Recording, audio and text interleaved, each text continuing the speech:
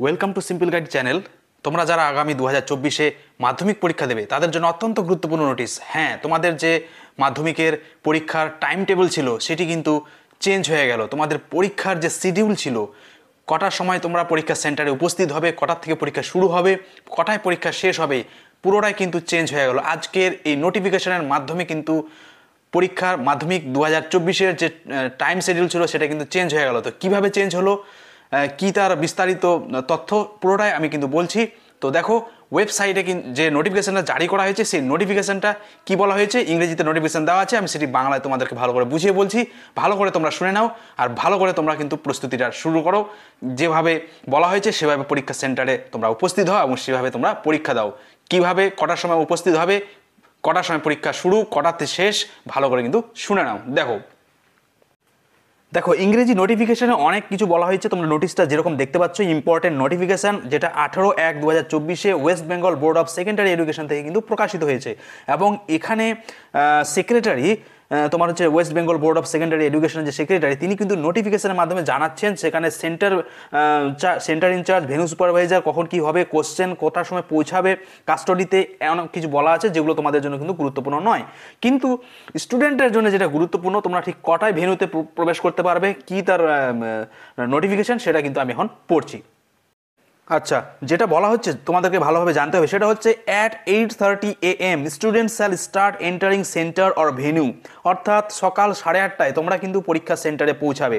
তোমাদের যে ভেন্যু, তোমাদের যে পরীক্ষা, তোমরা জানো যে জীবনের প্রথম পাবলিক এক্সাম, তোমার নিজের পরীক্ষা স্কুলে হবে না, এটা অন্য বিদ্যালয় হবে। তো তোমার পরীক্ষার সেন্টার যেখানে পড়বে, পরীক্ষার ভেন্যু যেটা হবে, স্থান হবে, সেই বিদ্যালয়ে কিন্তু তোমরা 8:30টার সময় প্রবেশ করবে।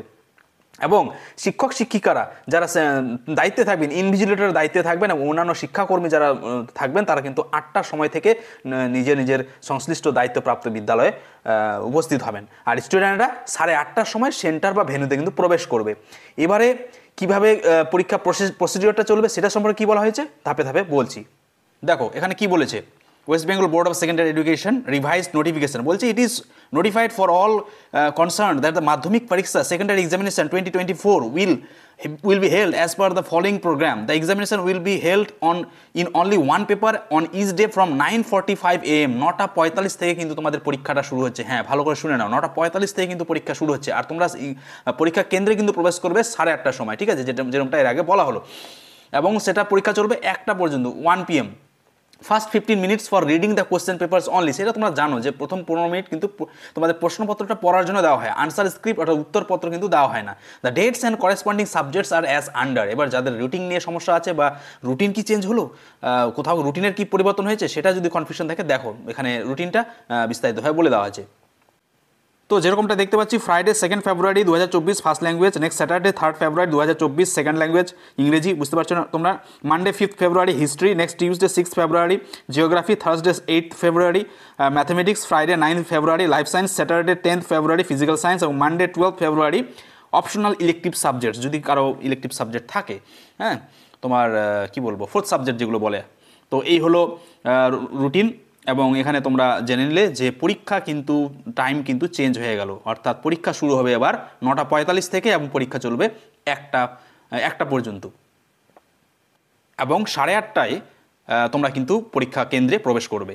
তো এই হলো তোমাদের নতুন পরিবর্তিত টাইম টেবল। কোথাও কোনো বুঝতে অসুবিধা হলে কোয়েশ্চেন করো। আর অবশ্যই বলবো চ্যানেলের প্লেলিস্টে একবার ভিজিট করো, প্রচুর হেল্পফুল ভিডিও তোমাদের জন্য কিন্তু এই চ্যানেলে দেওয়া আছে। ভিডিওটি দেখার জন্য অসংখ্য ধন্যবাদ।